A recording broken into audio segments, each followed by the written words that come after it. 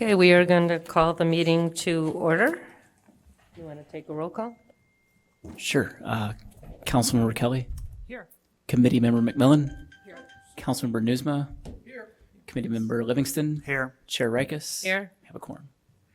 Great. And can I get the approval of the committee, approval of any, is there anyone virtually on? There is not, nobody online, so we do not need to do item 2. Okay. Public comment?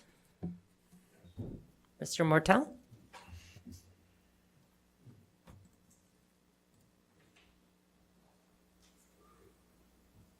My name is Jack Mortel. I'm the president of Firefighter Pension Fund, and I've got some comments to make, and I always like to start with good news. And your chairperson, she's also on the Fire Pension Fund, and since we started January 1st, 2023, with the full funding, our fund has gone up a remarkable amount of money, close to $38 million. It looks like this thing is being solved. And so we started with 97 million at that point. We're at over 135 million. It's remarkable. And we're seeing this. I know that I won't speak for Tim, but I know his is he's a bigger fund. He's up over 200 million for the first time. I went to their meeting the other day. So that's remarkable good news. And I have some other good news, is that I've been looking at things, and just late last week, the quarterly report came out, and I've been keeping track of that. That sheet's in front of you, and I write down the numbers every time. And from my point of view, this city, we don't have a structural deficit. We've got a structural excess. I mean, that amount over those, it's grown by like $24 million a year in excess that's going in. I know we have ARPA, and at one point that was 44, so that might have accounted for 2 years, but we've already spent half of that. That's gone. I mean, it's a steady march upward. I'm originally going to come to talk to you about the budget overview and stay in my lane and just address the things that are with the pensions. I'm not going to take your time right here for it, but I would like to leave it open that I can speak to it in the future. Right off the bat, the levy was wrong for not just this year. In the past years, the levy numbers were wrong, just for starters. There were some omissions with some of the other documents. I was going to load up an email, send it to you today, but it's too much to handle in a meeting like this. I'm getting to know, so I'm just coming to say that there shouldn't be this Chicken Little narrative around our city. We're swimming in money. This is the institutions it's in. This is real money that's there. Even the ARPA money, well, that's going towards something to improve our city. If that's locked up. But I think that this board and the city council, and I think the citizens, we like to see how this is carved up. How much of this is encumbered? How much is absolutely cannot be spent except on what it's supposed to be spent for? But how much is available? And if this is created in a number of ways, this excess, and then when it comes out, it says, oh, that's a structural deficit. No, that's just money that we had. It's like a savings account, I'd imagine. And I don't know how that works, but how it becomes a structural deficit when we have this much money. And so thank you for your time. And I would really like, I've been, I've been trying to get this information for a long time. How much is reserves? How much is excess reserves? How much money does this city actually have? And that this body and the city council, they can make a decision on it. And I did notice one thing too. I crawled through the whole budget. The quarterly report's very good. I like it. And everyone should take a look at it. I did notice, I saw that interest rates were doing really well. We have like close to, at the end of the year, we're going to have like $6 million in unbudgeted interest. I've got the figures here. I know just in the general fund it's over $1 million. ARPA's over $1 million, and that's not tied to ARPA. You can use it for whatever you want. So I think things are a little bit better than they're being portrayed. And I'd like to look on that side of it. Thank you very much. Thank you. And there are, every week you can send a question to Hitesh and Clayton, and they do a really nice memo on these questions, Mr. Mortel. So send the exact questions to Hitesh, And these memos come out every week. They're very thorough, and we'd be happy to answer that. I've asked a number of times for the excess reserves, and Okay. I don't Well, get an just, answer. okay, okay. Any other public comment?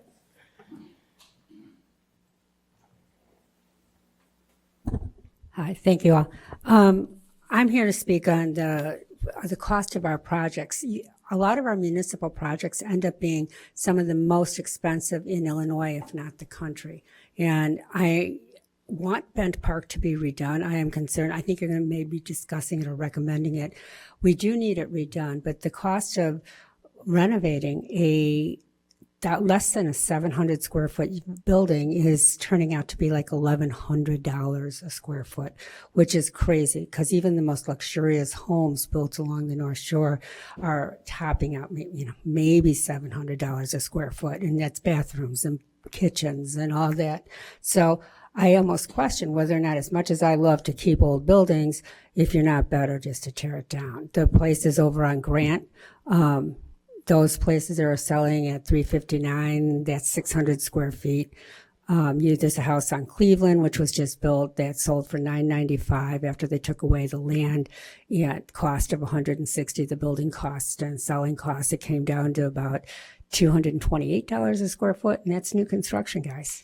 And all of ours are so expensive, and it was like our Robert Crown was one of the most expensive municipal facilities in the country. I can send you the documentation where in that year things were costing about top $220 a square foot.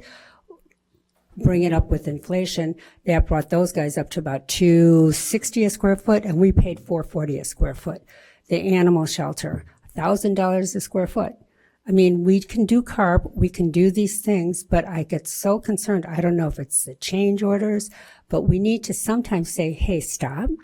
We need to take this back and uphold our financial responsibility, fiduciary responsibility to the taxpayers to mine their money and spend it wisely. And sometimes that means, hey, this project needs to be relooked at. But I'm very, very alarmed at the cost that I'm seeing this come at. So I'm just asking you to please evaluate that and help the city recommend what the right thing to do. Don't just accept it. Thank you. Thank you. Any other public comment? Okay, thank you. Just a couple announcements. I just want to talk what's going to happen tonight. First of all, this is a discussion meeting. We're not voting on anything, and I know there's a lot of discussion, so I'm just going to try to mediate this, and let's respect each other and let everyone talk and have their say, because sometimes we end up going in circles and staying on the topic that we're discussing. So tonight we're going to talk about CIP in more detail. Laura's going to go, Ms. Briggs is going to go first. We're also going to talk about the budget. There's a memo, and maybe I'll pass this around because I don't know if you all saw it, but our Parks and Recs, it's about a $9 million versus revenue versus expenses. So we might talk about that tonight.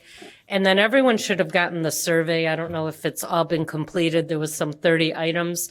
We're going to talk about 5 of the bigger ones: the parking utility fee, credit card convenience fees, water rates, pass-through credit cards, and the increased program and rental fees. Those are all about $400,000 and above. So we're going to pick the biggest ones if we have time to discuss today.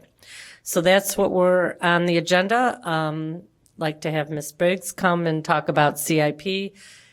This is a big, big part of our budget, and it also involves some bonding, so we want to go through all that. And I asked her ahead of time to kind of isolate things that might be multi-year and what she expects the bonding will be with all the projects.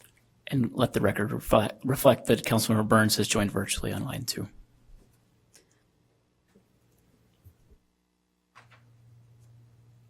Members of the committee, my name is Laura Biggs, and actually I'm still working on spreading the cost of those things, so that's not necessarily reflected here. We're still just working through the process on a lot of stuff. So some of this is a repeat of information that was presented at City Council. Not everyone was there, but One thing that was asked of me to discuss was how many people are involved in preparing the CIP. I definitely never want to give the impression that it's me preparing the CIP. We actually start our meetings in May. We have 13 large meetings this year, a number of small group meetings, largely with internal staff, but over 40 staff members were involved in the preparation of this document. And so one of the things we do when we're looking at preparing the document is really looking. Sorry to interrupt. I just want to note that it's muted for folks online. Sorry about that. No, thank you. Thank you for bringing that up, council member. And so how do we develop it? Well, we're really looking at a lot of different things, including where we were in last year's CIP, some of our ongoing maintenance challenges, which tends to have a really big impact on upcoming projects, but then also looking at the requests we're getting from council members in the 311 system, adopted plans that we approve, like our streetlight master plan, our ADA transition plan, and legal requirements that like the lead service line replacement. And then as far as once we're done with the internal, then we go to a variety of boards and commissions, including this board, in order to sort of get feedback and vet what we're doing. And then I know we've seen this graphic before, but we are dividing the CIP into a bunch of topic areas that makes it a little easier for us to track. This year's CIP is substantially less than last year's, which was around 111 million. That is primarily due to the intake project, which is beginning to wrap up. And we use a variety of different fund sources. Many of them have restrictions except for the GO bonds, which basically we can use how we choose to do so. That makes them a very attractive. Can you go back and just, Sure. I just want everyone to see the GeoBond number. So right now, yes, no, thank you for highlighting that, Chair. Right now on GO bonds, we're at 23.8 million. We're going through a little bit of an exercise where we're down selecting a few projects, and we're also going to, per Chair Reich's request, we had already started spreading the cost of some of the projects, but we're going to take another look at that to bring down the GO bond this year a little bit further. This presentation is not, but the packet information includes this info. This presentation, it has been posted, I believe, but it was only posted this afternoon. It's posted on the Finance and Budget Committee webpage. Yes, so 23.8 in GO bonds. GO bonds are not our largest funding source. We actually draw most of our CIP, about 75 to 80% of our CIP is typically from non-GO bond funding sources. However, all of those other funding sources have some very specific restrictions. So this is a little bit of a puzzle that we do go through every year, putting it together. But whenever possible, we are really trying to lean on sources that are not general obligation debt. It's just that particular funding source, particularly for our parks and facilities projects, really the most available and flexible funds that we have.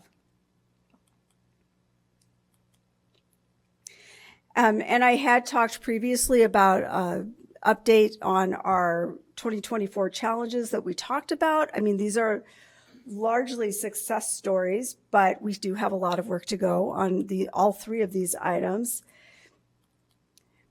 And then we talked with the City Council about our 2025 CIP challenges in terms of special assessment alleys. The CFO did transfer $1 million from the general fund to our special assessment fund so that we could start accelerating some of our alley improvements. That's not necessarily a long-term solution, or, I mean, it could be depending on what people want to do with general fund money, but it helps us begin a solution, and we'll continue to look at options for managing our alley improvement demands. Then our sidewalk improvement in the downtown business district, we are planning to go forward with that improvement to try to change out paver blocks in order to improve the usability of our downtown sidewalks. And we will be looking to develop a 3 to 5 year plan to remove all of the brick paver block sidewalks in our business districts. And then we had talked about Fountain Square. Following a conversation with council, the fountain replacement was the preferred option, so we will be moving forward with that.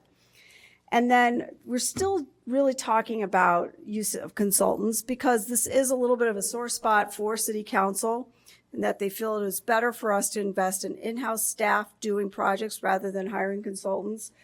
We do have some staffing challenges, which are starting to turn around, fingers crossed, but with the current staff levels we have, we really do need to lean on consultants to make up the difference. We can't just not do necessary projects that have been developed.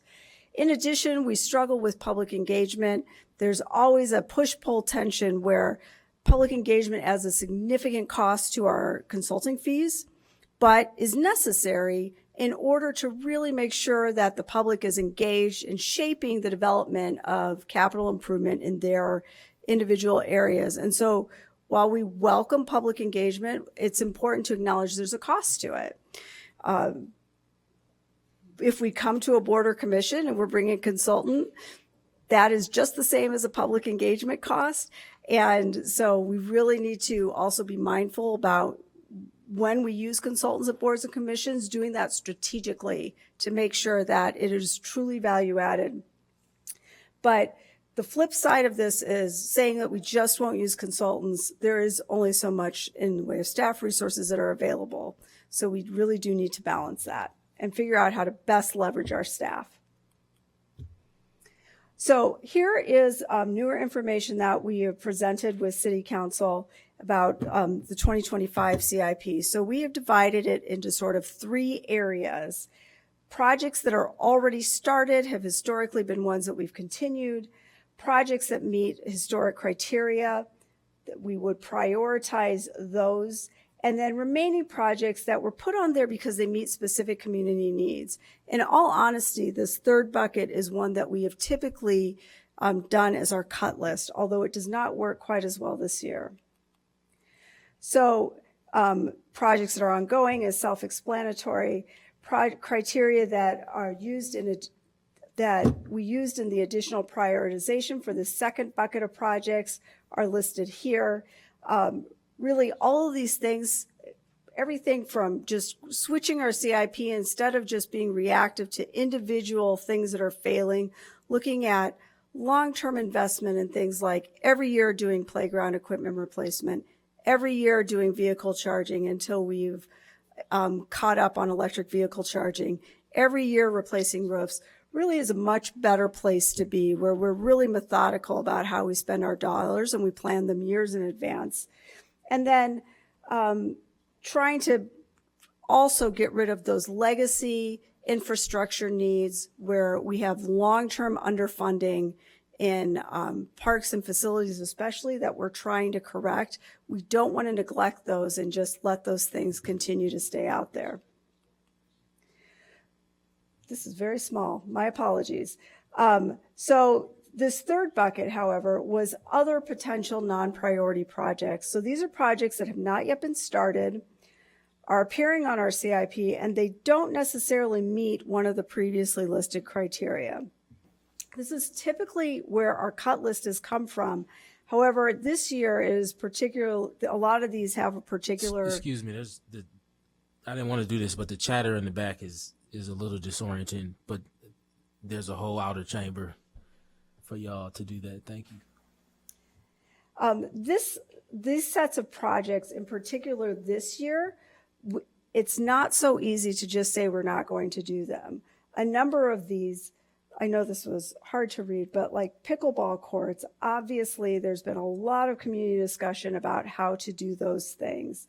The sidewalks in the downtown, these 2 projects for $750,000 is specifically a challenge that we're really getting a lot of complaints about that we're trying to address. And so we are combing through this list to see what we can reduce, but Unfortunately, this year, we'll probably not just rely on this list, but also go back into the main CIP and see if there are a few projects that we can delay a year. And we will look at what projects we can spread across multiple years in order to receive further reductions. Are these in the budget or these are just wish These are list? currently in the budget. Oh, they are, okay. We are looking still to reduce our general obligation bond issue.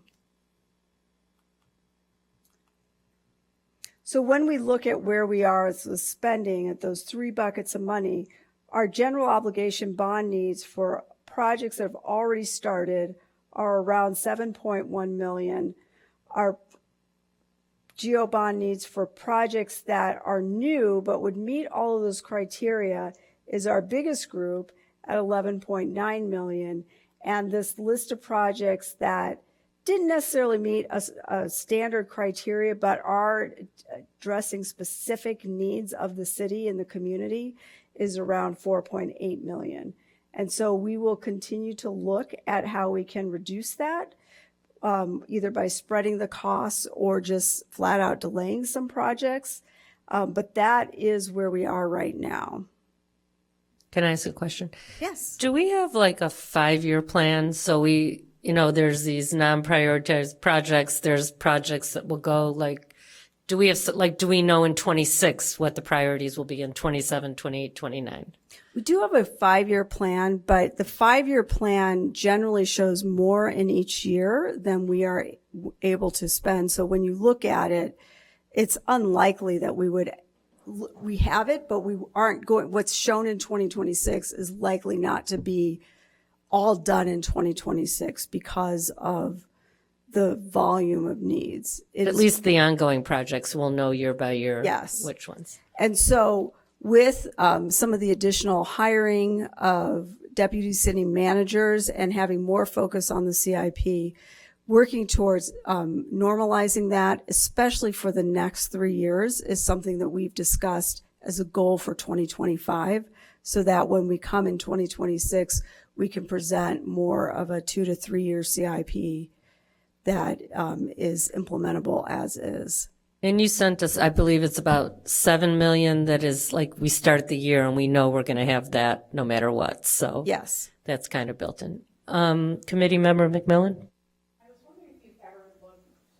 If you've ever looked into ROI, return on investment, as part of your decision-making process, and I've been reading a lot about it in terms of municipalities. And obviously, it's much different than an ITW where you make an investment and this pops out from all the widgets that you make. But there are ways of prioritizing and looking at the different intrinsic value in terms of what we're getting from these projects. And I think it might help us weed out things that, maybe shouldn't have bubbled up to the top. I'm struck by and the other question I have is, when we go out for bid on these projects and, we're looking at, $650,000 for pickleball, blah, blah, blah. I mean, do the folks who are bidding on these projects, then they see that amount? And, I'll tell you why I'm asking is I'm looking at the Bent Park field house, which is essentially 600 square foot. It's a box with 2 bathrooms. And I'm currently financing a home renovation on, Carmel on the Sea, where they've spared no expense on a kitchen, Valcuccini, Jerusalem stone, Doornbrot, and it's less than what we're paying per square foot. And I'm looking at the bids, and they are all remarkably high from the time they came in. 600,000 up to 991,000. That's $1,200 a square foot. That's without the changes, even the change order. So and without the land. So if we were to do sort of a return on investment analysis, I don't think anything like this would ever pass. And I do wonder if, how is it all these contractors came back with such high bids? It's just hard to fathom. Was it because they saw in the, in the line item that was budgeted for 600,000? And who's doing the oversight on the way we go out for bid? The way we go out for bid is managed by our purchasing department, which is a division of the city manager's office. Okay. But does anybody look at this and say, hey, that seems like a lot for 600 square feet, a room and 2 bathrooms?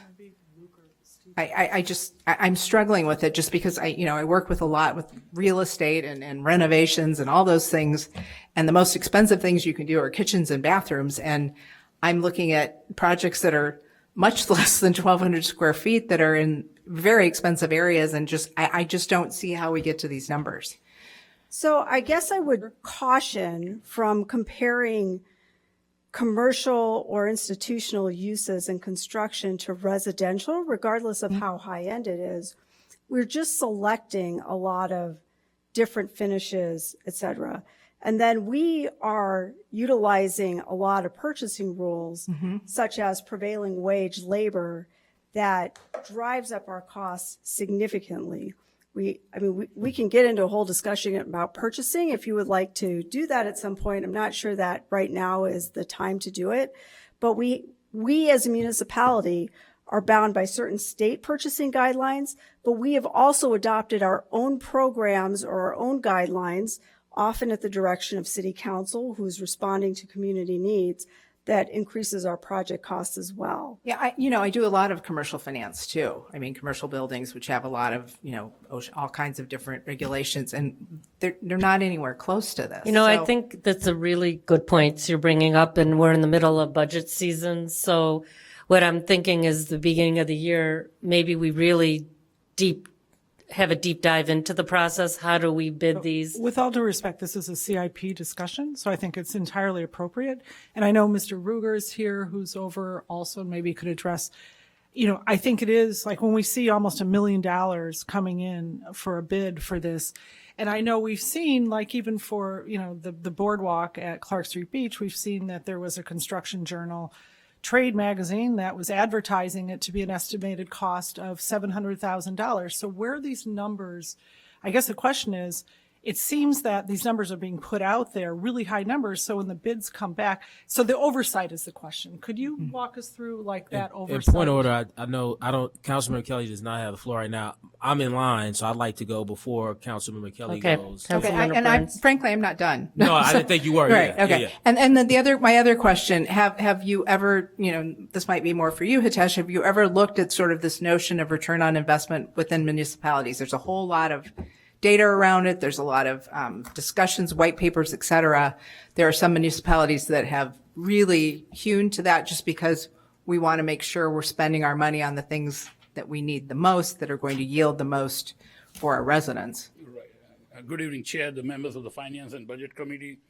I think the Lara touched on one constraint that, we have a lot of things, city rules, the state rules, so I cannot just, my decision cannot be driven by the financial thing. Besides that, there is a council direction. What are our operational needs? Yes, that comes into the picture, the finance things. Like we did. And there's more to it with respect to a public entity, obviously, because it's more, kind of intrinsic value to the community. It isn't just like what David, I'm sure, looks at Illinois Toolworks. It's, but it's a very holistic way of helping people manage their budgets on a municipality basis. But yes, again, that's the thing. The community needs, it comes to the top priority, not the financial needs at some point. What we do is, like we did with the fire truck, do we want to pay now? And, oh no, rather invest it at 5.5%, keep it with us. When it comes up, let the 30,000 discount go. Whether we want to lease the vehicle or we pay upfront. So those kind of decisions, yes. But when you talk about the municipal, the services, the priorities, the community needs, that's the driving force, Well, I guess excuse I'm saying, me, I think you Laura can do both. has to leave, and I just want to make sure there's 2 people that have questions, but we will definitely dig deeper in this, committee member McMillan. But I know Councilman Byrne, you have to leave in like 10 minutes or 5 minutes. Okay, I just want to make sure everyone gets their questions out, and then we have a meeting in a couple weeks. We can always dig deeper. Yeah, and I want to let Laura finish, so I'll have more questions after she's done. I just wanted to respond to what was just said. Councilmember Kelly and I had a discussion we talked about this at the council meeting. I think the best way to handle this question, that's the last question that's been posed about our bidding process, is to have it on the agenda and allow time for staff to thoroughly investigate all the concerns that you have, and then have preparation to review that information and have a discussion. I said this to Councilmember Kelly. I would love to investigate this, because what's a little frustrating is to hear the same things over and over. I know a woman who could do this for half the cost. I told this to Councilmember Kelly yesterday. If you can find those people, please encourage them to bid in our process. Let me finish. Please encourage them to bid in our process, because it's an open and available and free and accessible and all of that bidding process. And in addition to that, if there's something else that we can do to lower the cost, we should understand what we can do, but we're not going to figure that out right now. We should, if the chair can post that as a future agenda topic, allow staff some time to investigate it, and then we absolutely need to, should discuss it. But again, I've always been told, I'm dealing with a multi-million-dollar construction project right now in my own business. When you go organize labor union, it's like double the cost. And I'm not saying that's a good or bad thing. It's just I've just always known that dealing with government, it's going to cost more when you're dealing with prevailing wage. It's not always organized union. Let me say prevailing wage, than it is when you're dealing with something in your home or even a commercial project that's non-government. So again, I think allowing staff some time to do an apples to apples comparison with like work in other governmental environments, I think will give us the information we need to properly investigate this question. I think it's an appropriate one and a fair one. I just don't think we have the information to really, have a meaningful discussion this evening about it. And I agree, because our job is process, and I think if we can dig deep into the process, that would be good. Councilman Kelly? Thank you. And much of the comparisons are with other municipalities, not just private industry, that include prevailing wage. So I think, many residents have concerns based on those comparisons, primarily. I just had a couple of questions with regard to this. Let's see. What are the, so with regard to the ongoing projects, so it's the idea that we would take out yet more debt. What are those projects, and when we approved of them, it was approved with the understanding that they would be paid for with a 2025 loan? That is a mix of things. In some cases, it's projects that were in design phase and now are moving to construction phase. So it's a new contract that has not yet started and will happen in 2025. And so there's a new dollar value that goes. And Sorry, but so that means just so I understand, so we voted to fund it with 2020, with a bond from 2025? So that's a second category. The first category is something like the Chicago Avenue corridor project, where we were in design or in planning and had a contract, and now we're moving into design, and so we need additional money to fund the next phase. Or we were a project like Beck Park, where we were in design and we've been paying design up through 2024, but in 2025 we will bid it, move into construction, and that will be a new contract that's funded. I think we had clarified that Ben Park was 2024. That was an error in that was an error. But there are occasions where we have a project that is funded over one contract, funded over multiple years. That is the preference of this committee, as I've been directed, that whenever possible, if we know something's $4 million, but it's over 2 years, when we approve it or send it to approval for council, we say, you're going to fund 2 years this year, $2 million this year, and you will need to fund $2 million next year. Understood. I guess I'm just wondering, what are those projects that we voted on? I assume you're saying that we voted to fund them in 25 with a loan, and I don't have that separated out in this list. I would have to separate that, provide that as a separate But the individual items here, if you look at the 7.1 million, it's on, the details of it are on page 16. If you look at the 11.9, the details are on 18. And there was another piece to get to the total, but they're in the packet. But I think the projects get approved irrespective of the funding. They're not No, the funded projects yet. get approved with a funding source. We always do. Every time we approve a project, we identify how it will be funded. And that's very explicit in on all those items. That's why I was asking. I just wanted to be able to go back and look at those items just to understand that we in fact encumbered debt for 25 for our residents on projects, which, makes me a little uncomfortable, this idea that unless, I just want to see it. I mean, I believe you entirely that that's what we did. I just So based wanted on to the see what that direction, was. I'm sorry, based on the direction from this committee, that's going to happen a lot more now. That, Right, well, we would vote on That'll that. avoid remember we had to revise the budget with the expenses that will Right, avoid so that. that would be voted on, that this would be funded, this many Yes. millions and, through go bonds in 25. So I just want to be able to identify those ordinances or those votes that we took to fund by, encumbering more debt in 25. So on previous projects. And then let's see, I had one other, and the 23 million, let's see. The transfer, let's see, that was on.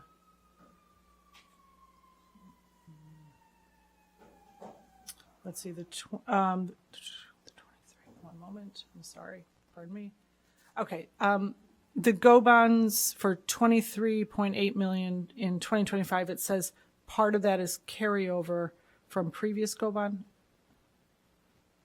no. Oh, carryover, it says prior year carryover.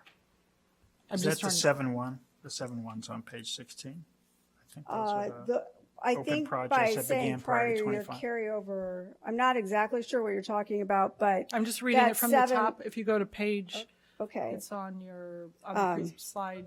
It's on the top. It would be on page 6. so it's better defined in the packet than it is here, So but, right there where it says including prior year carryover. I just oh, wanted to other understand. sources, wait. Top Chair, line. point out, is there, Oh, that's Is not. this the end of the I'm sorry, presentation, that's or- really, Ms. Biggs, you're done with the presentation? I am. Yeah. Wait, I just wanted, what does that mean?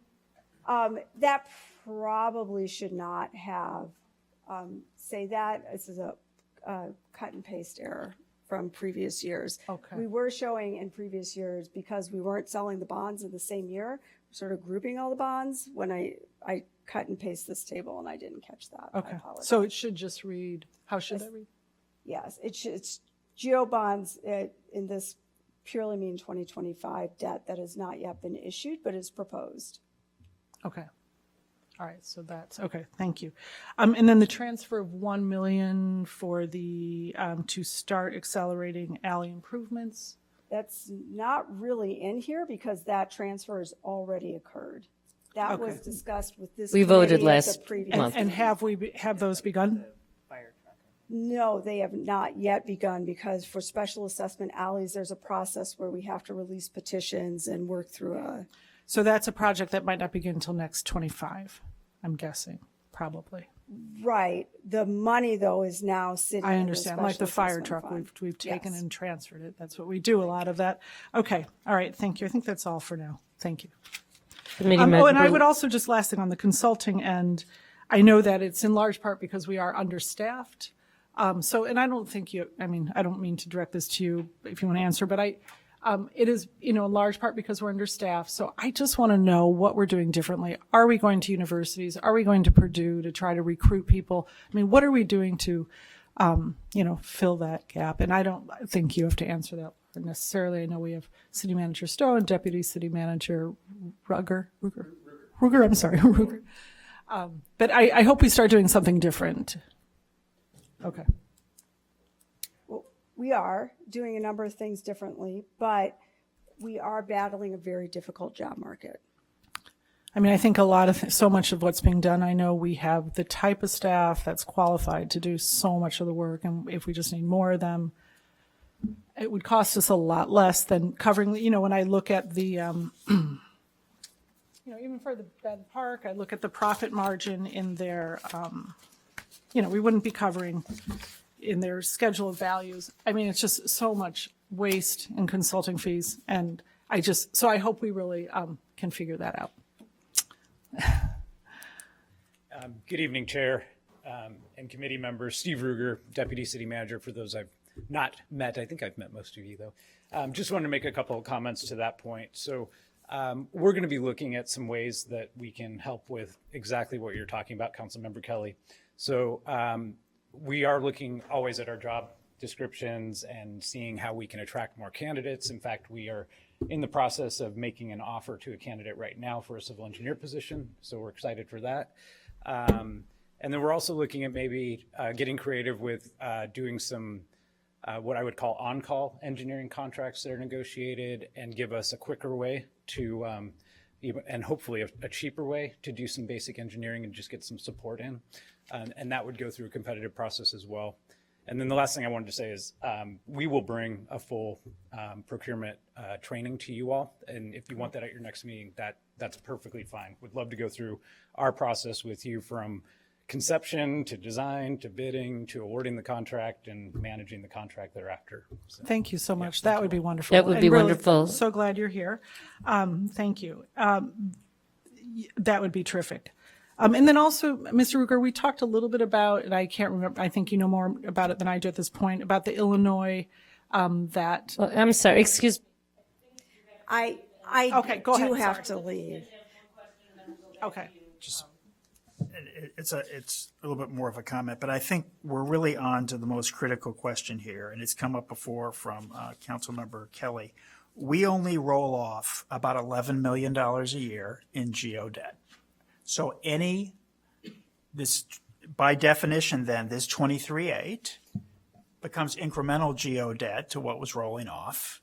That's incremental property taxes. I think the council needs to have an open discussion about what level of additional geo bonding we are willing to live with and what's the consequence of that over multiple years so we can come up, we are capital constrained. What is the pool of money that we have?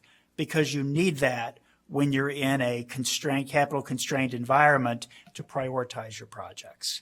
And if there's a desire, potentially, valid point, to not have taxes go up, then your budget is $11 million, which you have brought up is actually less than it appears because of inflation that would have happened over the 20 years that this debt that's rolling off occurred. So that is a critical part. We can get to it with a CIP funding policy, but that is the number that I'm not sure this committee, but council has to get comfortable with of what is the amount of CIP debt that we are comfortable with adding each year. Is it only 11? Is it less than 11? Is it 25, which would roughly do this? That gives you the budget. And then you can prioritize within that budget as to what works. Because if the number is more like 11, that means Parks has maybe 3, right? Or however you would look at that. And there's some big numbers floating around of what people need that clearly cannot be funded if our cap is 11. So we need to holistically look at this and say what level of geo incremental debt for a, say, 5-year period is the council willing to live with? And then you can prioritize from there. Clearly 11, that is a bare bones, but that's up to the council. It's not up to us. It's a financial decision for the council, is all I wanted to add. Councilman Nusma? If Laura's got to go, you got to go. I want to talk about I'm so some sorry. potential alternative sources of revenue for parks projects. So we can hold that. We have that on, that's going to come. Okay. And did you, okay. Okay, well, thank you, everyone, and thank you for bringing that up, Committee Member McMillan and everyone here, because I really think the process of from A to Z would be very helpful for us to understand and work together. So either the next meeting or the meeting after, we will definitely have that on the agenda. Okay. We are going to move into the budget. Hitesh?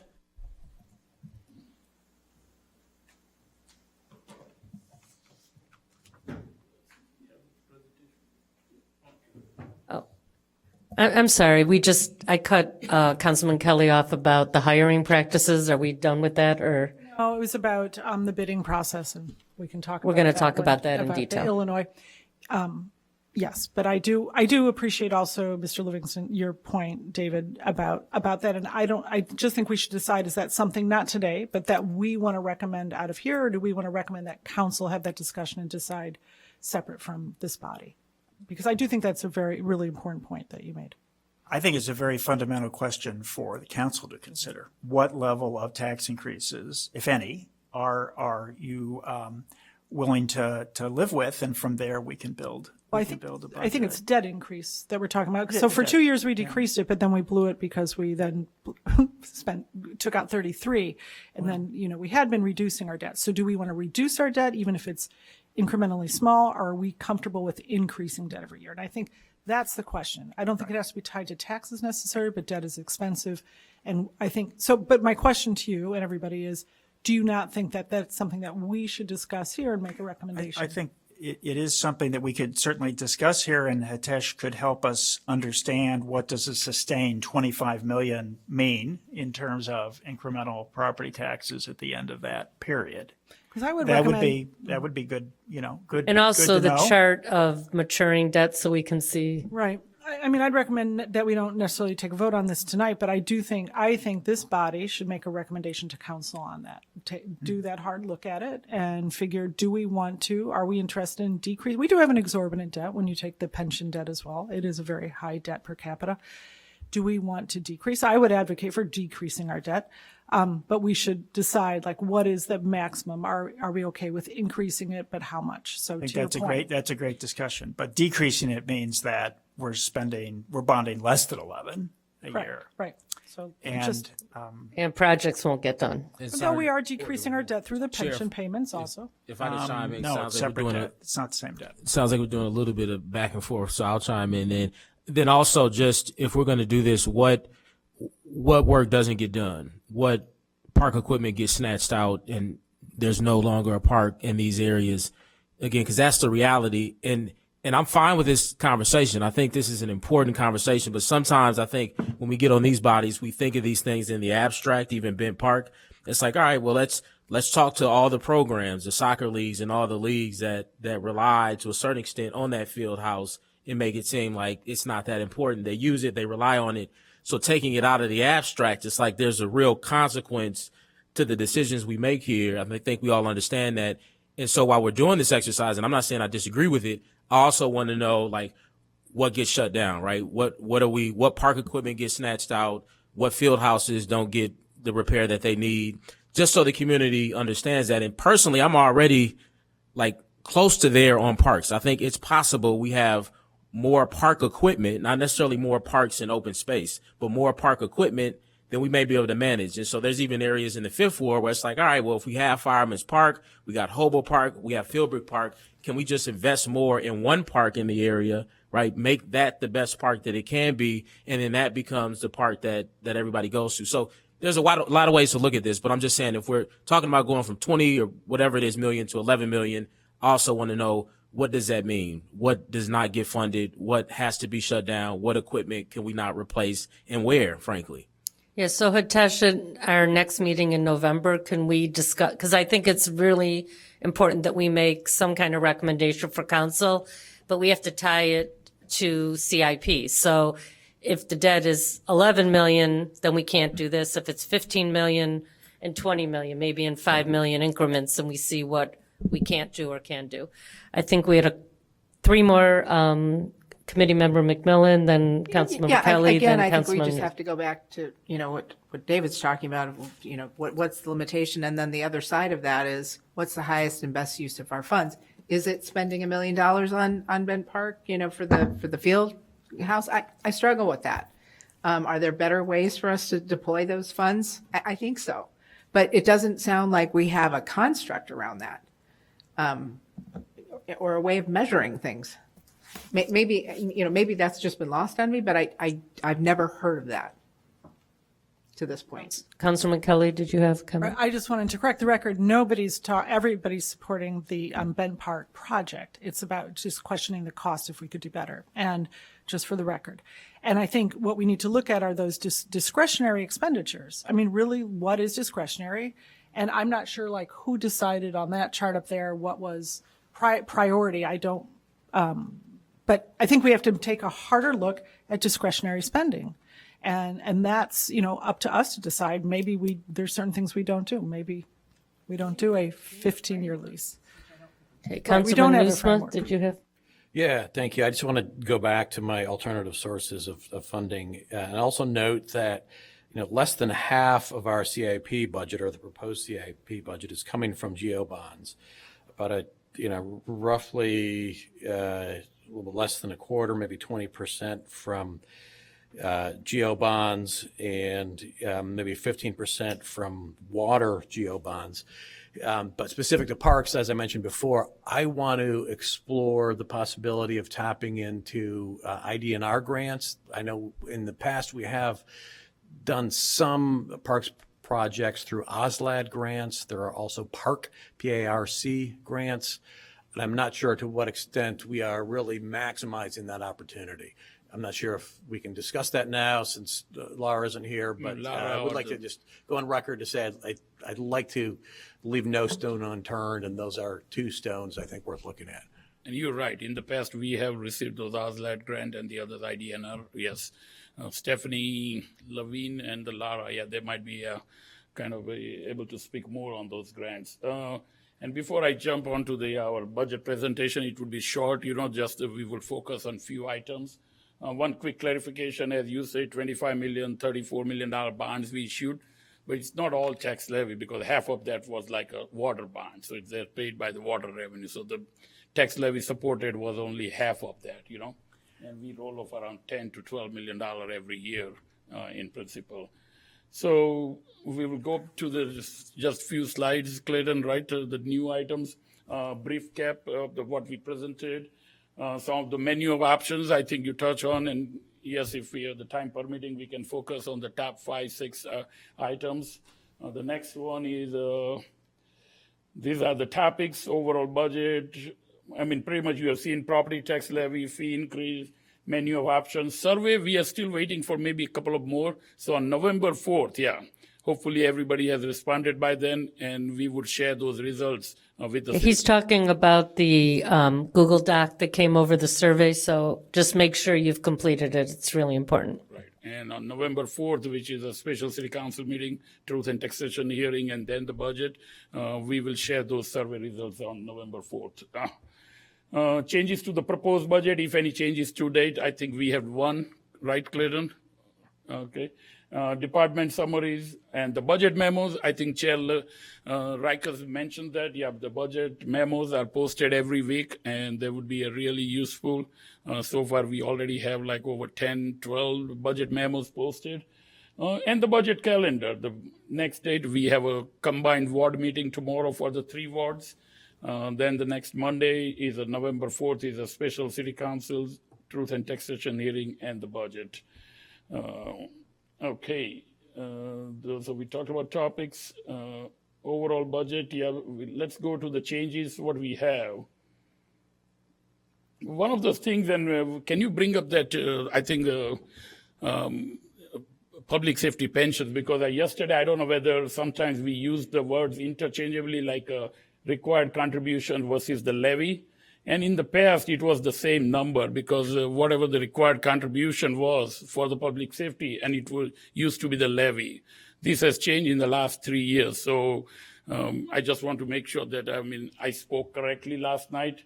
And I think Councilmember Kelly was correct factually that, yes, public safety pension levy, not the contribution, levy has gone down. And that too because of the loss factor. Because loss factor has gone down from 3% to 2.5%.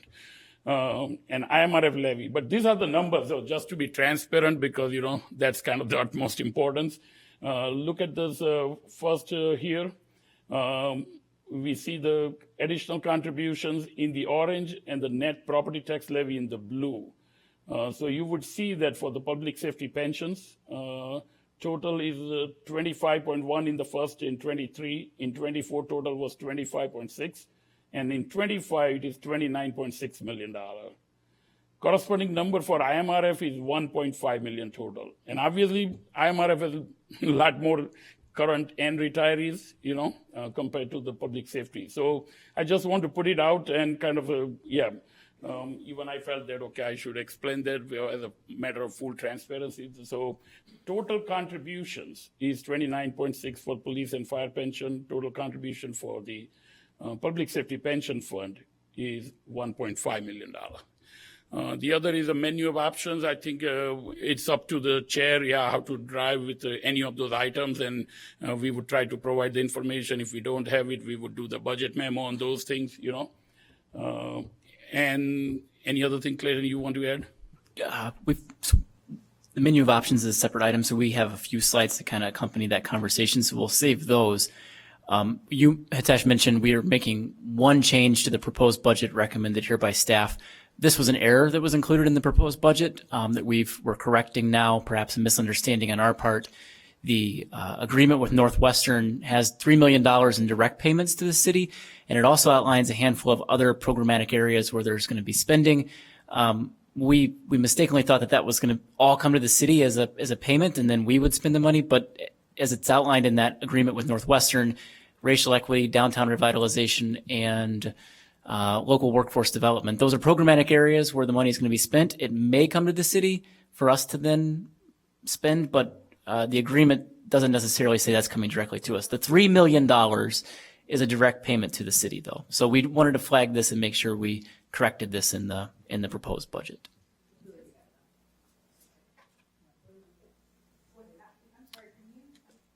Sorry, no. I can't hear you from the. I'm sorry. Can you go through what we actually got? Because I don't think this was the way it was messaged to the public at all when the MOU or whatever that was negotiated. The city's receiving $3 million in direct payments each year. Of that $3 million, the agreement says $1 million of that is for affordable housing, $500,000 of that is for sustainability, and $1.5 million of that is at the city's discretion. That doesn't change. Throughout the rest of the agreement, it outlines another $1.25 million in spending per year that Northwestern is going to be doing. They're going to do that. The agreement doesn't say that that's coming to the city for us to then spend on our programs. That's above and beyond the $3 million in direct Is that the Good payments. Neighbor Fund or something? The $3 million is the Good Neighbor direct payment to the city. What's the 1.25? The 1.25 is additional spending on racial equity, local workforce development. That's not at our and discretion. downtown revitalization. That 1.25. So that the they only spend working thing with. that- So I'm sorry, just I to don't wanna let me interrupt finish too. This year they did give $250,000 of this already to the city that we then spent on local downtown revitalization. So they gave us the money this year for that piece. But it's an annual conversation to my understanding, and I don't know if other council members who want to chime in on that, but the $3 million is still coming directly to the city. I'm sorry, not to belabor the point. So how much is totally at our discretion? $3 million per year. And then there's an additional 1.25 to go to designated. No, but we don't. Northwestern, it's catch as catch can each year, right? The 1.25. What about it's kind of catch as catch can. Maybe we got 250 of that, but 1.25 million is really Northwestern's to decide whether they're going to decide how to spend it or whether they give it to us. And if I understand correctly, in 24, 250 we were actually given to us to use our discretion on how to use 250 of that 1.25. But every year that 1.25 will just be, it's a little bit, we'll just see what happens. Yeah. It could be a direct payment to the organization. So it may not. You included that in the budget, now you're taking it out. Taking it out, yes, that's the correction. So it's nothing, and we'll see how the things go for this year and going forward. But yeah, we have the impression that 1.25 could directly go to those kind of community, organizations. Okay. And that, just to be clear too, the other $1 million in the agreement that I think Councilmember Newsman may have shared that it says it goes to Evanston, area nonprofits, religious organizations. I think there's a handful of entities mentioned in there that would receive the money for various programs focused on those areas. So I can run through the list real quick. Sure. If you have it in front of you. He's got the list. Yeah. So using the first year as an example, $3 million of the Northwestern Good Neighbor Fund, or the Northwestern's commitment to the community of Evanston, $3 million was going straight to the city. As Clayton has said, $1 million of that the city has earmarked for affordable housing, $500,000 for climate action, leaving $1.5 million, discretionary. Northwestern's commitment also included $500,000 a year for workforce development, not in a payment to the city, but a commitment through other channels, $500,000 for racial equity, a commitment to use $1 million or to have $1 million spent on other community partners, anything from community nonprofits, Northlight Theater, other nonprofits. That $1 million does not include some money going to ETHS. $2 million is going to ETHS as a separate line item.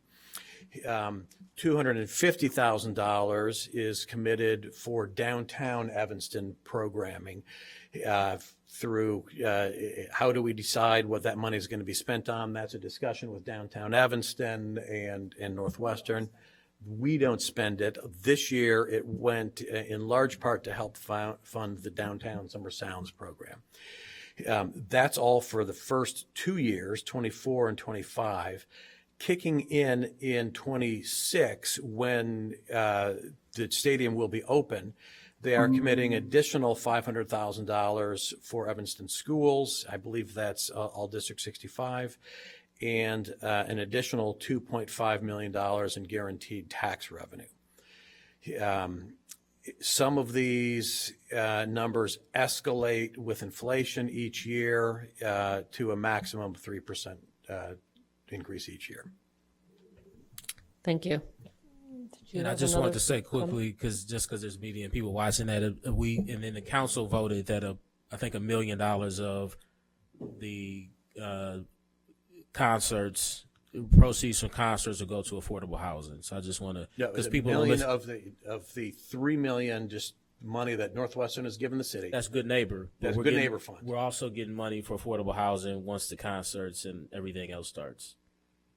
I thought that was $1 million from the Good Neighbor Fund. No, it's both. But we can. I'll show you that. But I just wanted to make sure that was clear, because it's $30 million over the next 15 years for affordable housing. That would be great, Bobby. I'd love to see that in a line item, what you're referring to. But even the guaranteed $2.5 million in tax, I mean, much of that just legally would come to us anyway. I mean, it's not like it's a gift.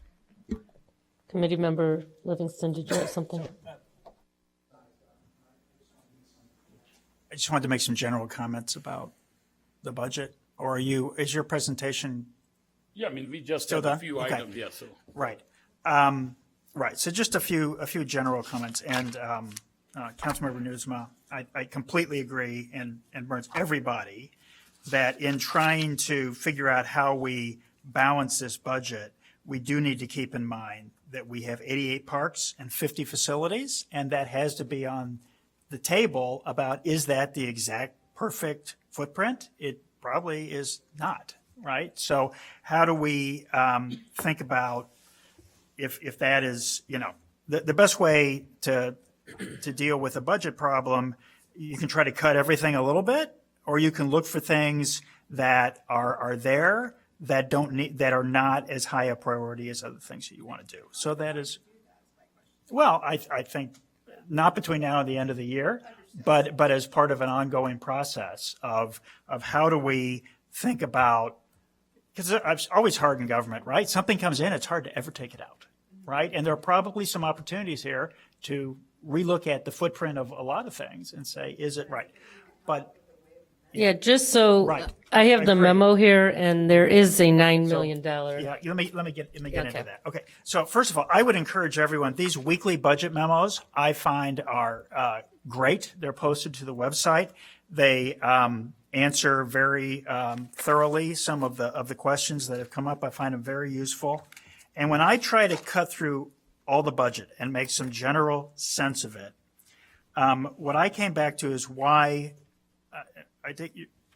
I do think we do have a looming structural deficit, okay? And when I look at that, and we have in these budget memos variances from 2022 versus current, it'd be great if we could go back to 2019, which is a pre-pandemic year. But two things that really stick out as to what is the core of the current, what I believe is a structural deficit, are two things. One, that the parks operations, if you take revenues net of costs, those have gone up. We have a $4.4 million higher loss now. That's the one that I think looking at 22 is the wrong year to look at. Is why I want to look at 19. but how much has the loss in our parks operations, which includes things like Crown, how much has that gone up since 2019 is really the number I would want to look at. And how do we get that back to what it was or better? Why do we have these large losses? And then, of course, as we all know, and we all worked on, we have increased pension funding to public safety pensions by $8.9 million. So that those two together are $13.3 million worth of additional cost relative to 22 that I believe are our challenge of how do we, in the case of parks operations, reduce those losses, and then in the case of the public safety pensions, come up with revenues or offsetting cuts, but we're, if possible, revenues to fund that when the excess reserves are gone, which we've consciously been using to make those incremental pension contributions, where are those revenues going to come from? And under the policy, it's meant to be property taxes.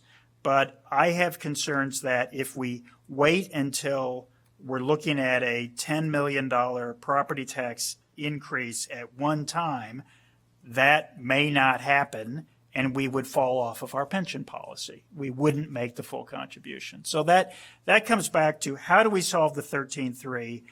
Maybe we can do something on fees for parks immediately, but with respect to the pension contributions, I think the time is now to start building towards what seems to me to be an inevitable increase in property taxes so that we can continue the pension policy, the pension funding that is so critical to getting to full funding and getting Evanston in a much more solid financial position. So that's just sort of how I sum it all up. There's two things: parks operations and how do we start providing revenue to fund the obligations the contributions that we've all agreed we want to do on the public safety pensions and continue that funding. So that's sort of my summary of the budget. Could I have a moment on the pensions? Just a moment.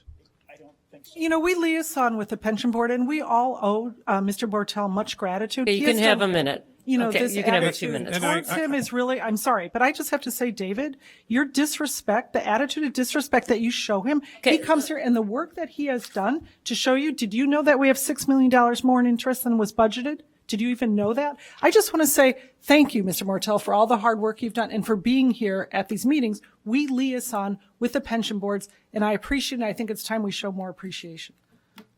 First thing is, I heard earlier ROI. Yeah, you're putting a lot more in the pensions. Did you hear those numbers I was saying earlier? The ROI is skyrocketed, okay? You can't ignore that. The second thing is, you did mention the sources of pension funding. That was the one thing I was going to bring up in the report here. There's actually 5, it's not just excess revenue, there's actually 5 sources of revenue. And that's one thing I was going to bring up in this budget presentation. They rolled off number 5. And number 5 is if you sell property, you should be looking at pushing that into the pension. Now, I don't know why they omitted that. There's a number of omissions in this report and errors, but this is one error and I think that has to be recognized. There's 5 approved sources of funding, not just raising taxes, and not just excess surplus revenue, and not just there's 5. And those should be recognized and not try to be shuffled off the page like I have it right here. They shuffled number 5 right off the page. So can I respond to that? Sure. And it says discretionary in there, that if we have large property sales, we should consider that some of that should go to the pensions. And I don't disagree with that. But if we do sell things, it's a way to maybe fund more park CIP. It's not a requirement to take asset sales and use those to fund the pension. It's an option. And that is, at least when I envisioned that policy, it was more of if we had a major sale, let's say a $30 million sale, something large, the council should then consider, should some of that on a voluntary basis go into the pensions? And we did put the 10 million this year from Northwestern. All right. Yeah. It's slippery No, slope. we agree. We're all on the same because, page. there's talk about this building being sold off and a few other things. And I was alarmed to see that was not part of this that was shown to the public. That might have been a mistake or something, we'll make sure it's. Okay. Thank you for the Member time. McMillan. Do we have a breakdown per the deficits with each with any given structure like Crown? Do we know what Crown's is versus? Well, we Hawaii versus- have here on page 11 of the memo, Okay. which was on there that was not included in the packet. I can. Does it include Page the 11 debt, of the like- October 18th memo. I'm curious. Does that include the debt that we issued vis-a-vis? No. No, it doesn't. And it also has all the administrative expenses on the bottom are not broken out by entity. So I don't know how those are broken out, but there's the top is each center and then on the bottom. That would be great to know. I mean, we. Well, probably- I know, Councilman Newsman, this is when you add it up, it's 10 million, and as Committee Member Livingston said, if you go back to 21, it was about 5 million was the funding that the general fund had a fund. It's twice as much, but I do think 19 would be good to look at because that was pre-pandemic, just to see. But this is going up every year by 2 to 3 million. Yeah, I think the we're struggling expenses. to maintain Crown, frankly. It's all the centers. It's Ecology, Levy. Oh, but there's no doubt that ice rinks are the most expensive things to maintain. In a Well, city. I the mean, those are- two top ones right now are Fleetwood Jordan. Crown's on the top, then Fleetwood, then Levy's. And we do have a board member from Parks and Rec in case we're missing anything. I know who studies this far more in depth than we do. I think we're going to. Just want to make one quick comment. The budget performance reports will give you all that information. And if you go back to 2019, Crown was 500,000 losing it. Now it's about 2 million. And where are those reports? You can get, I can send you some. I have them from this year. You can get I would request all the budget performance reports for every facility and it'll break it down. They have changed some of the categories. And the last thing I want to say is, I want you to know, I always get a little nervous when I hear about the parks and, maybe we can't handle them or whatever. We cannot sell our parks. That would be a huge mistake to your taxpayers. But I do want you to know that this year there was $1 million budgeted, I was told, for maintenance, and it wasn't spent. And that's because of the fact that they didn't have the staff. So the money was there. We didn't do it. And again, we have deferred maintenance and that'll only aggravate And it's the not problem. just, we're going to look at we're looking at the whole but thing. that was, so what happened to that $1 million for 2024? Send the question in and there'll be a memo to answer that. Thank you, Ms. Rosinski. And That's thank helpful you. to know. Thank you very much. Do you guys have more? I see lights. Councilman Burns, did Sure, you? go ahead. Yeah, just as a response to Mayor Zinzi, I don't think anybody up here mentioned selling parks. What I mentioned was the equipment in the parks.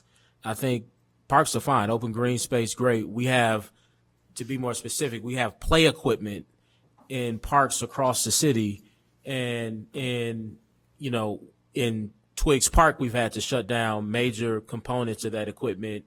At Hobart Park, they took all the equipment out because it was unsafe. Again, one of the primary criteria that staff has provided us as they're evaluating CIP is life safety. So we literally already have had to take play equipment out of parks because we don't have the funding to either make the repairs or replace them. So again, I don't think anybody up here mentioned selling parks. It's more so looking at how much play equipment we have at all the various parks, how much play equipment is close to those parks, right? And is there a way to consolidate? Is there a way, instead of having 3 or 4 parks in one kind of general area, maybe we only have 1 or 2? And so I'm just saying it's a conversation to have.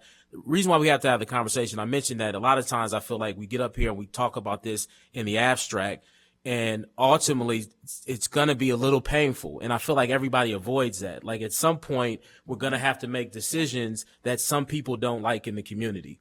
Right. And if we're not willing to make that decision, then we're not going to get anywhere with our budget. And so I'm looking forward to getting there, because I think that's really why we're elected as council members, and why we're appointed is to try to advise the council on how best to make those hard decisions. But eventually we'll have to make them, and we'll have to stop talking about this in the abstract. One of the things that I'm very curious about is the cost of running a city goes up like everything else. And that means the taxes, fees, and fines associated with those things has to also go up, but they don't. And so that's another thing I'd love to figure out. Like, you know, Councilman Reed has talked about one way to better understand how those costs are going up is enterprise. He believes we should have, and I don't know if he's on the call, but he believes everything should have its own enterprise fund. And I understand where he's coming from. If we can more easily understand each individual kind of division and department and how costs are going up and how that's changing, we can better justify increases in associated fees, et cetera, if we can make the direct connection. But sometimes I feel like things, you know, costs are going up and then we don't address it right away, right? We may address it 5 years later and then the community is like, hold on, why is this fee going up? No, as soon as it goes up, we should have a conversation with adjusting the associated fees, taxes, fines, whatever it is, or more so fees and taxes that support that particular operation. And we don't do that. And at least I'm not seeing it. And so that would be my question. If there's a way to better understand, you know, what those cost increases are in each particular governmental function. And again, the taxes or fees that support those uses, operations, I would love to know that. So that we can make those adjustments when needed. Good point. And, you know, knowledge is really important, and the fact that we have the numbers as a starting point. With our benchmarking, and I don't know, do other communities, are their parks running, you know, using general fund to fund them, or are we unusual in that? We have been looking at our comps on parks, and we are the only one of our 7 comparable communities that you approved that has its own park district under the city's operation. All of the other park districts that we've looked at cover about 50% of their operation, give or take, with revenue, which is basically the same as us. All of those other park districts have a dedicated property tax levy that they use to cover that other half of the gap. Mm-hmm. In the city, we have a comparable property tax levy to Arlington Heights, Park Ridge, Des Plaines. Our property tax levy at the city is very similar to those cities, but we don't have a separate park district levy. We're covering it with taxes like hotel, home rule, sales taxes that those other park districts can't use to cover that gap. So we're very different from everybody else in that respect, and how we're covering that difference. And I think that might be a good education session for us. I see 2 lights over there, Committee Member I had a Migdal. question for Hitesh. What are non-departmental expenses or funds? They're about, let's see, they're budgeted for $21,864,000. We already are at $25,231,000, so we're already over quite a bit. Pension transfers. They're what? Pension transfers. We have to route it through general fund, police and fire pension. Under the accounting rules, we have to show them as a revenue as well as an expense. So that's what non-departmental. Either under general fund or another, we have to create a special revenue fund. Why are we so far under budgeted for that? The other piece of that is the vacancy adjustment gets budgeted there as well.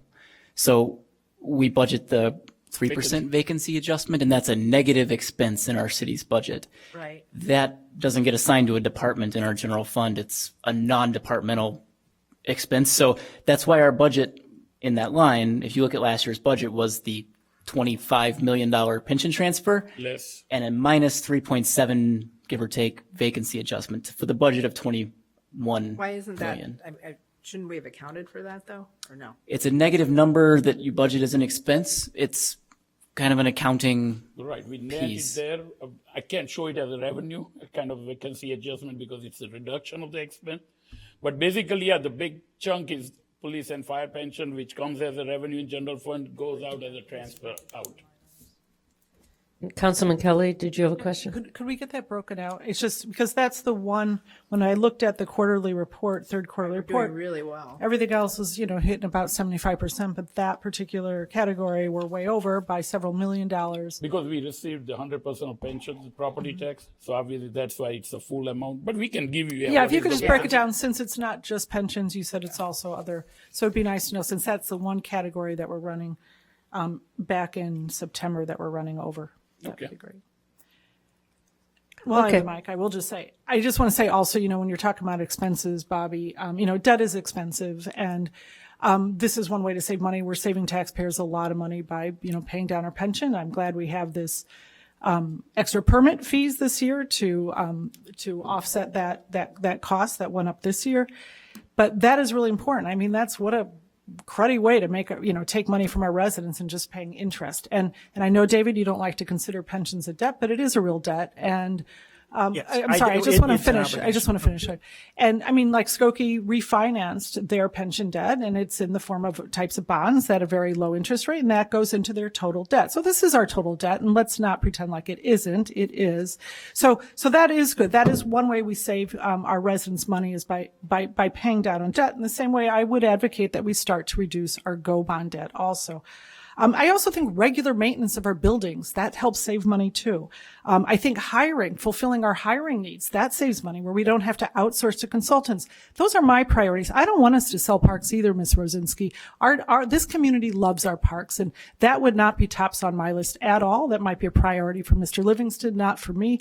And that's why we have to talk about that value for our communities. And there are many other ways that we can save money, and we are doing some of them, but I would say, again, hiring, getting those positions filled so we're not outsourcing, so we could have our own staff rehabbing a field house. I don't think we're talking about, it was more the revenue versus expense of our. It's the same, I'm sorry, but if we're cutting costs, it's like bringing in revenue. If we reduce expenses, that's, 6 of one, half a dozen of the other. So that's what I would advocate. And again, I agree with you, Bobby. I think we can look at economy of, how our equipment, but absolutely, I would never advocate for, even though we do have a lot of parks, we are under in terms of green space per capita, as the latest draft came out of, the draft on our, green strategy draft plan, or something to that effect. I think council hasn't yet been delivered it, but it does say that we are in fact under in terms of total green space per capita. So there are many ways that we can look at approaching this. It doesn't have to be about selling off amenities and public assets that our community loves so much. Thank you. Can I respond to that? If the council doesn't want to sell assets, that's perfectly fine. It's just a source that could avoid something like a property tax increase to some degree. I think everything should be on the table. It's absolutely up to the council, not me in any way, since I'm not on the council, about how we generate funds that we can use to fund park improvements, to fund the pension contributions that we're making. And I would just say everything should be on the table. We have a structural deficit. We need a structural solution. So.